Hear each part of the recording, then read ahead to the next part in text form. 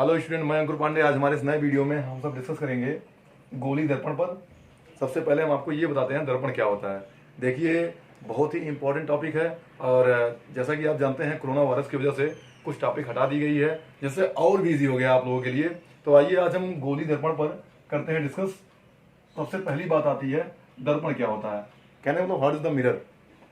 देखिए कि जो मिरर होता है वो एक ऐसा ऑप्टिकल सरफेस होता है जो प्रकाश की किरणों को, बात आप ध्यान देंगे यहाँ पे, जो प्रकाश की किरणों को परावर्तन के द्वारा या तो प्रकाश पुंजों को प्रत्यावर्तित कर देते हैं या इसके अलावा कि उसे एक बिंदु पर कन्वर्ट करके इमेज का निर्माण करते हैं। जाहिर सी बात यह है कि यहाँ पे क्या होता है, अभी हम देखिए किसी भी दर्पण सामने खड़े होते हैं तो वहां पे हमारी इमेज जो है उसमें दिख जाती है। तो जाहिर सी बात है कि मिरर क्या होता है। मिरर जो है एक ऐसा ऑप्टिकल सरफेस, कहने का मतलब एक ऐसा जो है प्रकाशीय तल है जो प्रकाश के किरणों को परावर्तन के द्वारा या प्रकाश पुंज, देखिए मैंने आपको बताया हुआ था प्रकाश पुंज क्या होता है, उसी प्रकाश के किरण के समूहों को ही प्रकाश पुंज कहते हैं। तो जाहिर सी बात है कि यहाँ पे दर्पण क्या करते हैं कि किरण पुंजों को प्रत्यावर्तित करते हैं और उसे एक बिंदु पर ले जाकर के कन्वर्ट करके इमेज का निर्माण करते हैं। तो आइए आज हम आपको बताते हैं कि गोली दर्पण क्या होता है। सबसे पहले तो यहाँ गोली बात आ गई। गोली बात आ गई तो कहने का मतलब ये एक वक्र टाइप में होगा।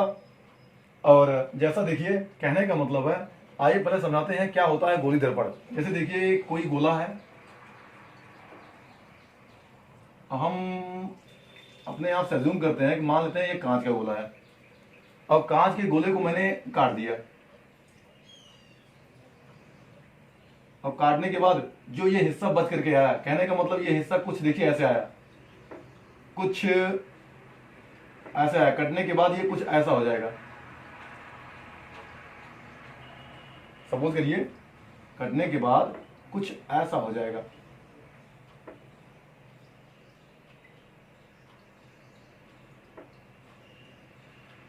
कहने ध्यान ध्यान ध्यान देना, जब मैंने इसको काट दिया, कटने के बाद ये कुछ ऐसा हो जाएगा। ऐसा होकर के ये वाला हिस्सा इधर देखिए,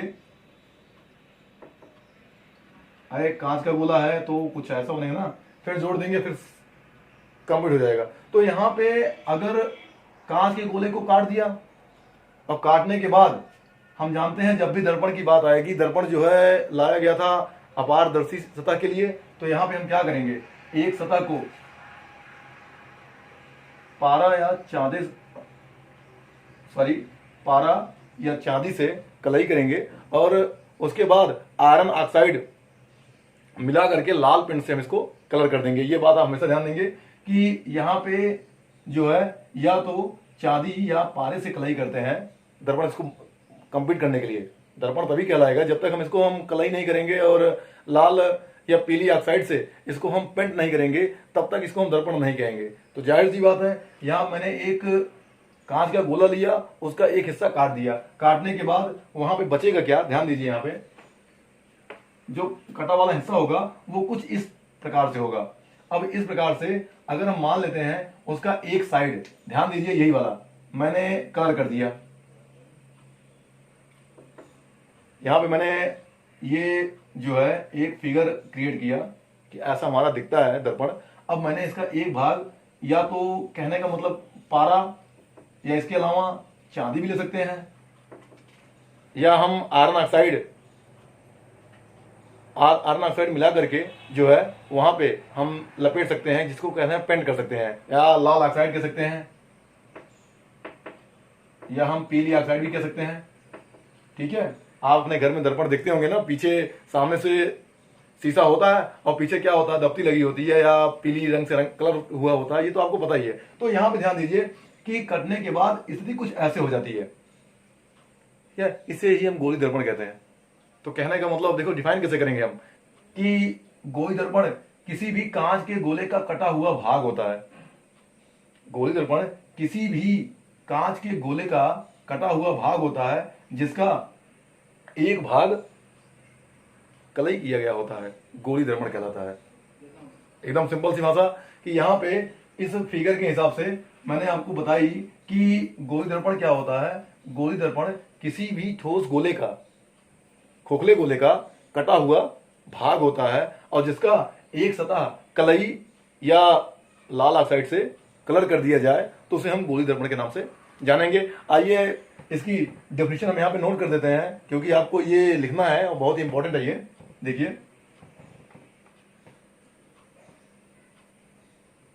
किसी कांच के गोले के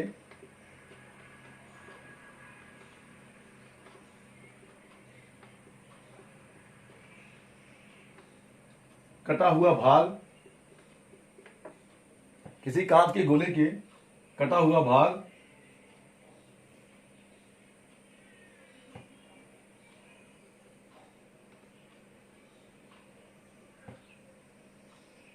गोली दर्पण कहलाता है।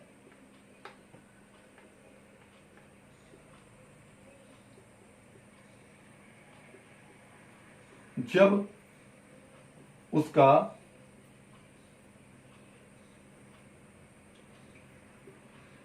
एक सतह चांदी या पारे से कलई किया गया हो।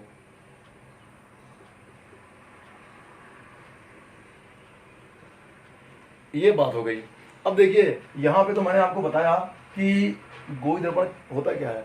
अब देखिए, अब आपको हम बताते हैं कि गोली दर्पण कितने प्रकार के हो सकते हैं। आइए देखिए, यहां पे हमारे पास, यहां पे देखिए सरफेस है। मैंने एक बार यहां आपको बताया कि एक हिस्सा जो है कलई किया जाएगा। जब हम इसको कट करेंगे, कट करने पर एक उभरा हुआ हिस्सा होगा और एक दबा हुआ हिस्सा होगा। कहने का मतलब देखिए, जैसे मैंने यहाँ फिगर बनाया हुआ है, ये भीतर का हिस्सा है, ये बाहर वाला हिस्सा है, ये उसके ऊपर का हिस्सा है, ये इसके अंदर का हिस्सा है। तो यहाँ पे दो बातें आ गई ना। अब कहने का मतलब ये यहाँ पे बातें नहीं बताई गई है कौन सा भाग कलई किया गया हो, ये तो मांडेड नहीं है। तो कहने का मतलब हम इसको भी कलई कर सकते हैं। तो अपना परावर्तक तल ये हो जाएगा। हाँ, अगर हम इसको कलई कर देंगे तो उभरा हुआ हिस्सा जो होगा वो बन जाएगा परावर्तक तल। तो कहने का मतलब गोली दर्पण जो होते हैं वो दो प्रकार के होते हैं। गोली दर्पण दो प्रकार के होते हैं जो है, कौन कौन से, ध्यान दीजिए। जिसका जो है परावर्तक तल दबा हुआ हो, जिसका परावर्तक तल दबा हुआ हो, एक तो ये हो गया, और दूसरा जिसका परावर्तक तल उभरा हुआ हो। लेकिन यहां पे एक नाम दिया गया है, और वो नाम क्या है? एक होता है अवतल दर्पण, दूसरा होता है उत्तल दर्पण। अब आइए हम समझते हैं क्या होता है अवतल दर्पण, क्या होता है उत्तल दर्पण। जैसे देखिए, मैंने यहां पे क्या किया हुआ है कि उसका जो उभरा हुआ हिस्सा है उसको कलई किया गया है। ध्यान दीजिए, यहाँ पे जो उभरा हुआ हिस्सा है उसको कलई किया गया है, जो दबा हुआ हिस्सा है उसको देखो कलई नहीं किया गया है। तो कहने का मतलब ये जो है अवतल दर्पण है। देखिए, ये वास्तविक इमेज है, ये हमारा जो है वास्तविक इमेज ऐसा ही होगा, अवतल दर्पण हमारा ऐसा ही होगा। अभी हम आपको इसका एक फिजिकली फिगर दिखाएंगे जब इसकी हम डेफिनेशन आपको नोट कराएंगे। और सेकेंडरी, अगर इसको हम उत्तल दर्पण कब कहेंगे? जब देखिए, कहने का मतलब हम इस साइड से बाहर कर लेते हैं, ये ऐसे हो गया, ये देखिए कटने के बाद मैंने सपोज करिए इधर से अगर कट कर दिया तो हिस्सा ऐसे आएगा। अब देखिए, उभरा हुआ हिस्सा इधर हो गया, दबा हुआ हिस्सा इधर हो गया। अब हम दबा हुआ हिस्से क्या करेंगे? कलर कर देंगे। और जब दबे हुए हिस्से कलर कर देंगे तो उसको हम क्या बोलेंगे? उत्तल दर्पण। तो आइए हम इसकी भी डिफिनेशन नोट कर लेते हैं, क्या होता है अवतल दर्पण और क्या होता है उत्तल दर्पण।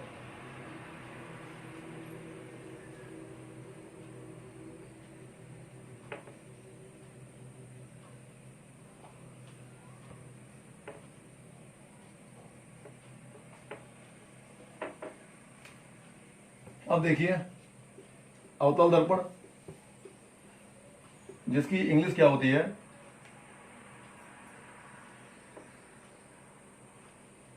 Concave mirror. अब यहां पे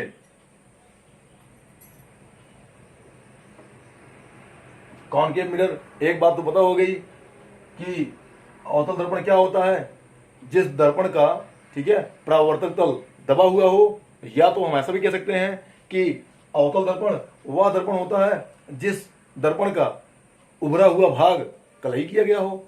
वो देखिए आप पर डिपेंड है, आप कुछ भी लिख सकते हैं। यहाँ पे कुछ में हमारे पास दो पार्ट होंगे, या तो हम परावर्तक तल के बारे में बताएंगे, या तो हम उसके जो भाग कलर किया गया होगा उसके हिसाब से हम पहचानेंगे। तो यहाँ पे हम सिंपल सी भाषा में कह सकेंगे कि अवतल दर्पण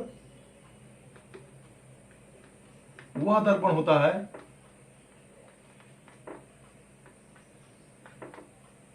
जिसका परावर्तक तल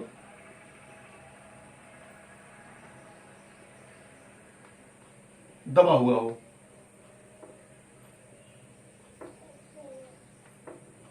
अब देखिए परावर्तक तल दबा हुआ हो। अब यहां पे फिगर आपको दिखाते हैं, देखिए ध्यान देना, ये यही बात इंपॉर्टेंट है, परावर्तक तल। अब ये देखिए मैंने भी आपको बताया था कुछ ऐसे थे, ये उभरा हुआ हिस्सा हो गया, ये दबा वाला हिस्सा हो गया। अब मैंने उभरे हुए हिस्से को एक फिजिकली फिगर में कन्वर्ट कर दिया, ठीक। और ये जो है जिस गोले का कटा हुआ भाग है उसके लिए हो गई है। और यहाँ पे हम अभी इसकी जरूरत नहीं है, सिर्फ आपको बता रहे हैं, ये इसका क्या हो गया, परावर्तक तल हो गया।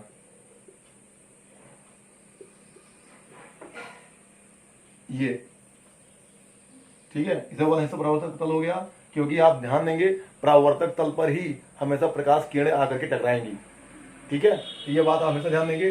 ये आपका परावर्तक तल हो गया, इसे हम क्या बोलेंगे, अवतल दर्पण कहेंगे। अभी मैंने आपको फिगर पीछे बनाया, और काटने के निकालने के बाद इसका फिगर कुछ इस तरीके से होता है।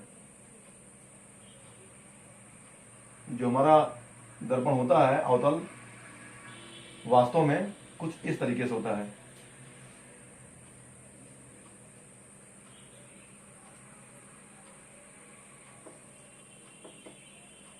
अब इसके बाद बात करते हैं उत्तल दर्पण की। उत्तल दर्पण को इंग्लिश में बोलते हैं कॉन्वेक्स मिरर। अब ध्यान दीजिए कॉन्वेक्स मिरर क्या होते हैं। अब यहाँ पे जस्ट इसका करेंगे अपोजिट। मैंने यहाँ पे उभरे हुए हिस्से को कलई किया हुआ था, और यहाँ पे क्या करेंगे, दबे हुए हिस्से को करेंगे कलई। तो कहने का मतलब क्या हुआ कि यहाँ पे जो उभरा हुआ हिस्सा है वही हमारा परावर्तक तल बनेगा। तो लिखेंगे उत्तल दर्पण, उत्तल दर्पण वह दर्पण है जिसका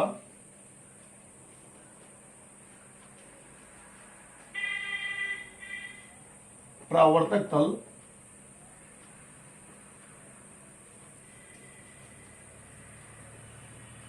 उभरा हुआ हो,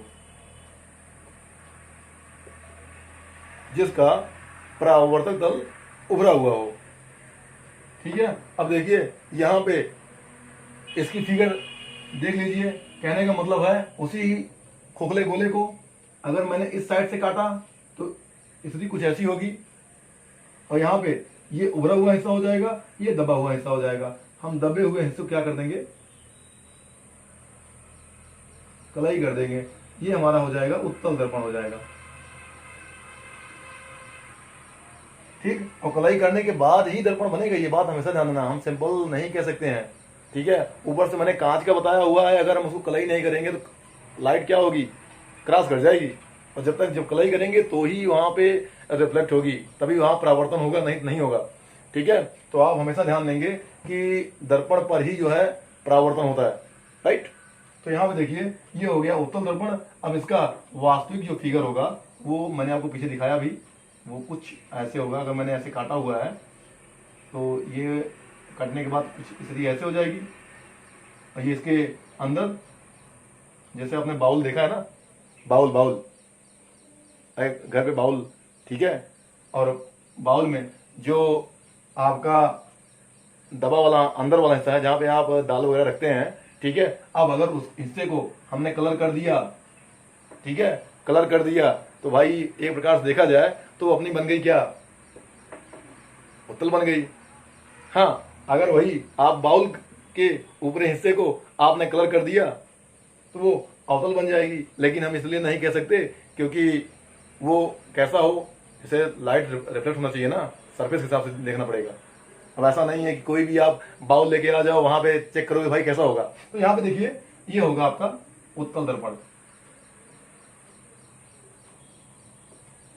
तो ये तो थी गोली दर्पण और गोली दर्पण के प्रकार। अब आइए हम कुछ और भी आपको हम तरीके बताते हैं कि यहाँ पे इससे संबंधित क्या क्या डिफिनेशन हमको जाननी है और क्या क्या इंपॉर्टेंट है।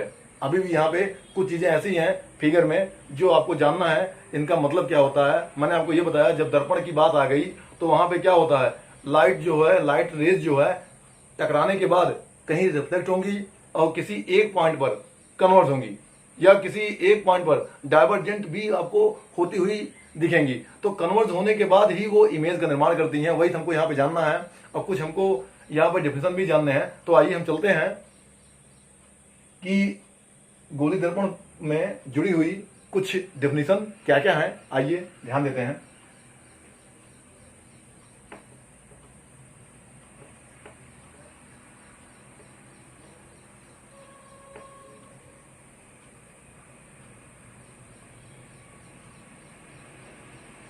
अब देखिए यहां पे जैसे मैंने आपको अभी भी दिखाया कि गोली दर्पण दो रूपों में होता है ना, एक अवतल होता है एक उत्तल होता है, ठीक। अब यहाँ पे देखिए मैंने दोनों का फिगर मैं यहाँ पे बताता हूं। ये हो गया अवतल, अवतल क्यों हुआ, कलर करने के बाद, ठीक। ये अपना बन गया अवतल और उसके बाद मैंने यहीं पर ये बना दिया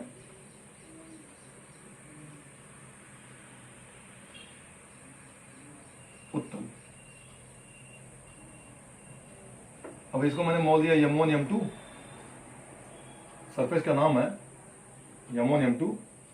बस बात ये है एक का दबा वाला हिस्सा कलर किया गया है, एक का जो है उभरा वाला हिस्सा कलर किया गया है। अब यहां पे ध्यान दीजिए एक बात तो ये, ठीक है। सबसे पहले हम चलते हैं उस गोले पर। गोले में क्या था, एक तो भैया उस गोले का सेंटर होगा, उस गोले का सेंटर होगा यहां यहां यहां भैया यहां ऐसे सब करके कंप्लीट कर देते हैं। ये मैंने कंप्लीट कर दिए, गोले की जैसा नहीं लग रहा है, लेकिन आप यहाँ पे इमेजिन करिए कि कोई गोला है, इसको भी हम कंप्लीट करते हैं कि ऐसा गोला रहा होगा।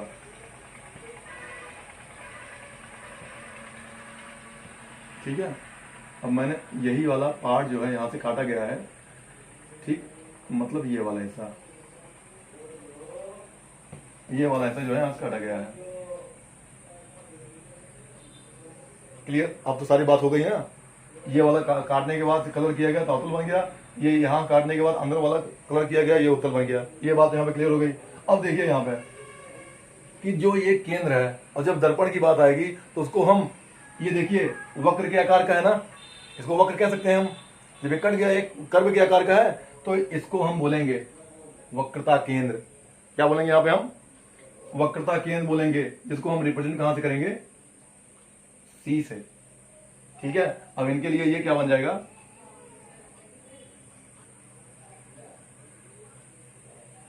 सी। क्लियर, एक्चुअली इंग्लिश में देखा जाए कर्वेचर पॉइंट कहेंगे, इसी वजह से हम सी लेते हैं, कर्वेचर पॉइंट बोलते हैं। ठीक है, मतलब वक्रता केंद्र। अब यहां पे ध्यान दीजिए, ये तो बात आ गई वक्रता केंद्र की। अब यहां पे सेकेंडरी जो आपने दर्पण लिया हुआ है, दर्पण लिया हुआ है, इसका एक मिडिल पॉइंट होगा। क्या होगा, एक मिडिल पॉइंट होगा। उस मिडिल पॉइंट को उस दर्पण का हम ध्रुव के नाम से जानते हैं, जिसको हम रिप्रेजेंट करते हैं पी से। अब मैंने देखिए कहने का मतलब क्या है कि आप कह सकते हैं कि दर्पण के मध्य बिंदु को ही दर्पण का ध्रुव कहते हैं, राइट। यहां पे देखिए क्या क्या जानना है, और आपके लिए वही होमवर्क है। मैं यहां पे आपको डिफाइन तो कर दे रहा हूं, लेकिन सारे जो है, जो भी चीज डिफाइन कर रहा हूं, आपको एक पेज पर या अपने नोट्स पर जवाब दे करके अच्छे तरीके से डिफाइन करके वो अपने ग्रुप में स्कूल वाले ग्रुप में आपको मैसेज के थ्रू भेजना है। ध्यान दीजिए, या तो आप कमेंट में जाकर के सीधा फोटो खींच के कमेंट भी कर सकते हैं। ध्यान दीजिए, यहाँ पे देखिए क्या क्या मिला। सबसे पहला क्या मिला, वक्रता केंद्र मिला दर्पण का। फिर दूसरी बात क्या आ गई, दर्पण की ध्रुव आ गई। तो देखिए मैंने आपको वक्रता केंद्र डिफाइन किया। वक्रता केंद्र क्या होगा कि वक्रता केंद्र, ठीक है, किसी या दर्पण, कोई भी दर्पण जिस कांच के गोले का कटा हुआ भाग होता है, उस गोले का केंद्र ही दर्पण की वक्रता केंद्र कहलाती है, सिंपल सी भाषा में। फिर सेकेंडरी बात, दर्पण की ध्रुव क्या होती है, दर्पण की, ध्यान दीजिए, दर्पण की मध्य बिंदु को ही हम दर्पण की ध्रुव कहते हैं। इसे रिप्रेजेंट किससे करते हैं, पी से। क्यों पी से करते हैं, क्योंकि पी का मतलब पोल। एक बात ये हो गई। अब देखिए मैंने सी को पी से मिला दिया,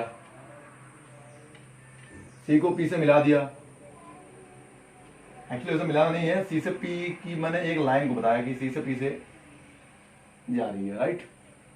मतलब अब देखिए कहने का मतलब जो लाइन सी और पी से होकर गुजरेगी,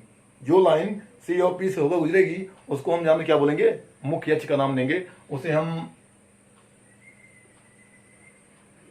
मुख्य अक्ष का नाम देंगे। कहने का मतलब क्या है कि किसी भी दर्पण की वक्रता केंद्र और दर्पण की ध्रुव को मिलाने वाली रेखा मुख्य अक्ष कहलाती है। ध्यान रहे,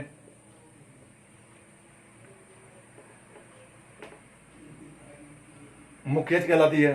फिर देखिए अब ये मुख्य अक्ष होने के बाद आपको एक बात और बताते हैं कि यहां से ये सी और पी कुछ इसकी डिस्टेंस भी होगी।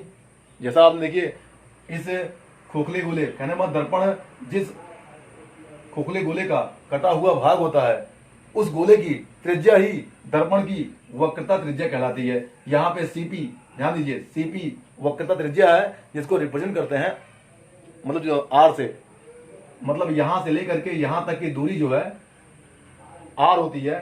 तो एक बात आ गई क्या, वक्रता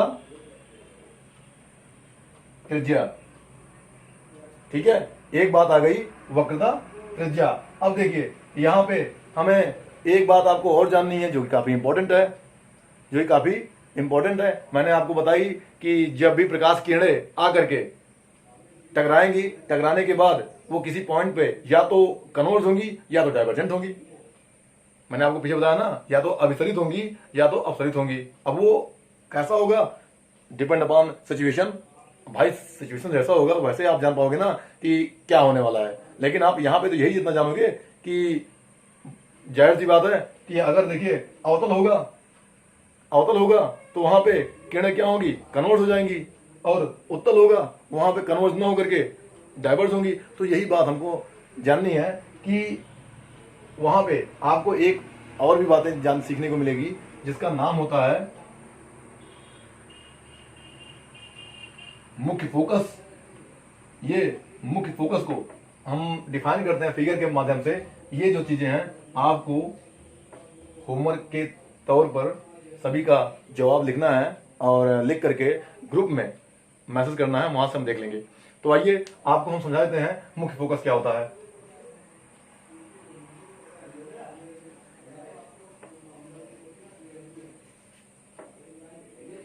देखिए मुख्य फोकस कैसे का डिफाइन, सबसे पहले मैंने क्या ले लिया, ये हमारा हो गया पोल, यही कहीं हमारा सी भी होगा, आप जानते हैं, अभी मैंने आपको डिफाइन किया। ये हमारा क्या हो गया, मुख्य अक्ष हो गया। 2 मिनट रुकिए। ये हमारा हो गया, और यहां मैंने दूसरा फिगर, मैंने एक साथ में ही दोनों ले लिया। अब ये हमारा इनके लिए सी बन गया, इनके लिए पी बन गया, और इनके लिए पी बन गया, और इनके लिए सी बन गया। ये हमारा हो गया जो है कॉन्केव हो गया। ये हमारा क्या हो गया, कॉन्वेक्स मिरर हो गया। और हमको यहाँ पे मुख्य फोकस मतलब प्रिंसिपल फोकस फोकल चेक करनी है ना। अब देखिए, अब यहाँ पे क्या है कि प्रकाश की किरणें, अब एक बात और है, रेज जो होती हैं हमेशा वो पैरेलली चलती हैं, ध्यान देना, ठीक है। अब यहाँ पे जब भी स्रोत से आएंगी वो हमेशा पैरेलल आएंगी, तो यहाँ पे प्रकाश किरणें जो है चलेंगी, ये मुख्य अक्ष के समांतर चलेंगी। जब इनका सोर्स न पता हो, कहने मतलब जब आनंद से आ रही होती हैं तो हम, ठीक है, ये बात ध्यान देंगे, ये समांतर चलेंगी। और समांतर देखिए, अब यहां से परावर्तन होगी और परावर्तन होने के बाद किसी एक बिंदु पर आकर के कन्वर्ज होंगे। कन्वर्ज होने का मतलब ये हो गया, सपोज करिए यहां आकर के मिल रही हैं। और एक बात हमेशा ध्यान देना, सी और पी के बीच में ही आकर के मिलेंगी। ये बात अगर याद रखोगे तो भूलोगे नहीं, ठीक है। सी और पी के बीच, बीच कहने मतलब एकदम मिडिल में भी नहीं, कहीं पर मिल सकती हैं, लेकिन सी और पी के अंदर में ही रहेंगी, सी के बाहर नहीं जाएंगी, ठीक। ये बात आप हमेशा ध्यान देना। तो सपोज करिए यहां अगर आकर मिल रही है, हाँ, लेकिन अगर वस्तुतः देखा जाए, हम बाद में सिद्ध करेंगे, आर इक्वल टू होता है या बाई 2, तो उस हिसाब से कहां मिलेंगी, मिडिल पर मिलेंगी आकर के। देखिए यहाँ पे ये सपोज करिए यहां आकर के मिल रही हैं, ये उधर से आएगी, रिफ्लेक्शन होगा, इधर चली जाएंगी, और फिर ये इनके लिए हो गया, ये इनके लिए हो गया,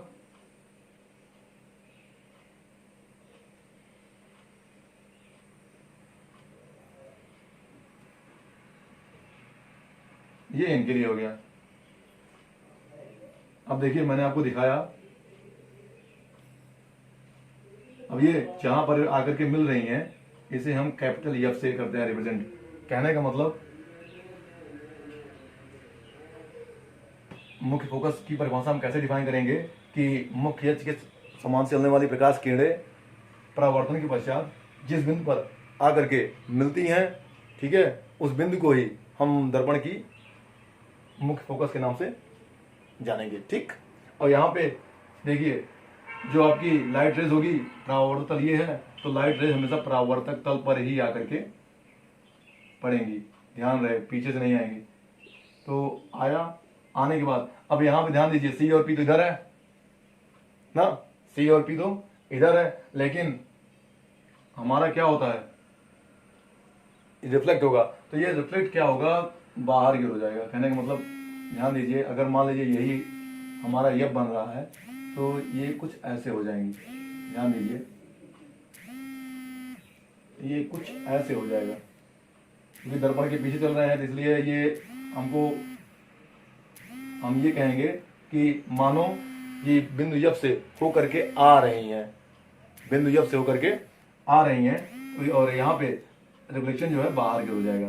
ध्यान दीजिए, परावर्तन जो है बाहर की ओर हो जाएगा, और जब बाहर की ओर होगा तो ये कहीं पर मिलेंगी नहीं, यहाँ पे ये ऐसे आकर के ऐसे बाहर की ओर रिफ्लेक्ट होगा, ये कहीं पर मिलेंगी नहीं, तो हम इसका सोर्स चेक करते हैं कि मुख्य अक्ष पर कहाँ पे जाकर के मिलेंगे। लेकिन यहाँ पे मैंने सभी किरणों को पीछे की ओर बढ़ाया, तो मुझे ऐसा लगा कि मानो ये यप पर आकर के मिल रही हैं, तो इस पॉइंट को हम मुख्य फोकस का नाम देंगे। तो इसी वजह से आप एक बात ध्यान दीजिए, यहाँ पे दो बातें हैं, एक तो वास्तव में मिल रही हैं, एक तो मिलती हुई, ऐसा लग रहा है तो मिलती हुई प्रतीत हो रही हैं, तो दो बातें यहाँ पे होती हैं। तो हम कह सकते हैं कि मुख्य अक्ष के समांतर चलने वाली प्रकाश किरणें दर्पण पर या दर्पण से आकर टकराती हैं, परावर्तन के पश्चात जिस बिंदु पर मिलती हैं या मिलती हुई प्रतीत होती हैं, उस बिंदु को दर्पण की मुख्य फोकस कहते हैं, ठीक है। तो स्टूडेंट, इस वीडियो में बस इतना ही, धन्यवाद।